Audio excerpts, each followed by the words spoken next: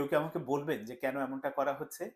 মিরপুর শেরেবাংলা স্টেডিয়ামে প্রিমিয়ার লিগের ম্যাচে শাইনপুকুরের মিনহাজুল আবেদীন সাব্বির যে কাণ্ডটি করেছেন তার সব রকম প্রমাণ আছে।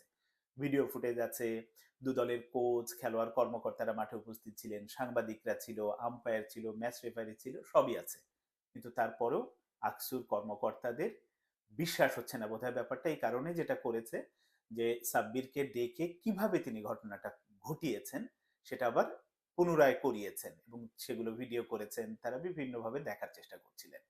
এই ভিডিও ফুটেজটা দেখার পরে আমার যেটা মনে হলো যে ধরুন কোনো একটা বাসায় চোর চুরি করেছে, সেই চোরের সব ফুটেজ সিসি ক্যামেরায় আছে, এরপরও পুলিশ বা তদন্ত কর্মকর্তাদের বিশ্বাস হচ্ছে না যে এই সেই চোর কিনা, আসলেই চুরি করেছে কিনা।